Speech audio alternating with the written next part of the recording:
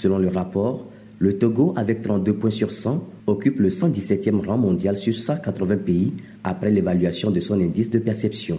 Plusieurs pays d'Afrique enregistrent de meilleures performances à l'instar du Botswana, des Seychelles, du Cap-Vert, du Rwanda ou encore de la Namibie. Depuis 5 ans, il y a eu quand même une évolution. C'est vrai que depuis 3 ans, on stagne sur les 32 points.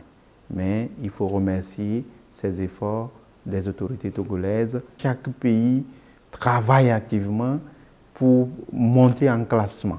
Si cette tendance semble être générale, certains pays de cette zone comme la Côte d'Ivoire ont nettement amélioré leur position ou encore le Sénégal, dont le score est passé de 36 à 45 en l'espace de 6 ans. Le Togo a encore du chemin à parcourir dans la lutte contre la corruption malgré les avancées considérables enregistrées au cours de ces 5 dernières années.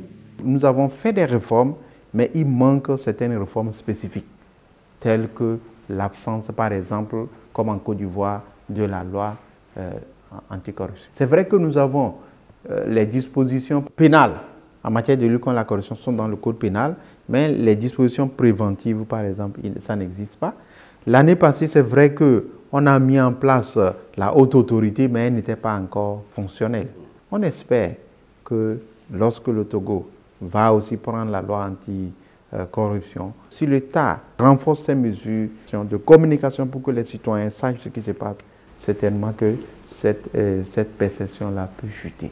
L'Alliance nationale des consommateurs et de l'environnement en ce Togo, également Contact national de Transparency International depuis quelques années au Togo, accompagne par ses actions les efforts des pouvoirs publics dans cette quête de bonne gouvernance et de l'amélioration du climat des affaires, notamment à travers la mise en œuvre du projet pilote d'action en justice de lutte contre la corruption financé par l'Union européenne.